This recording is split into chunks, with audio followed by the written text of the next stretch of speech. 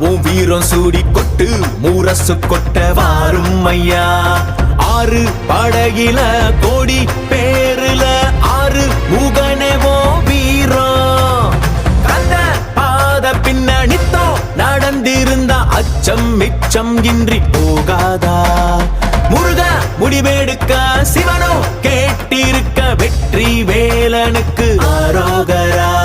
கந்தாணி தேரேறி கடம்பாவும் வீரம் சூடி கொட்டு முரசு கொட்ட வாரும் ஐயா.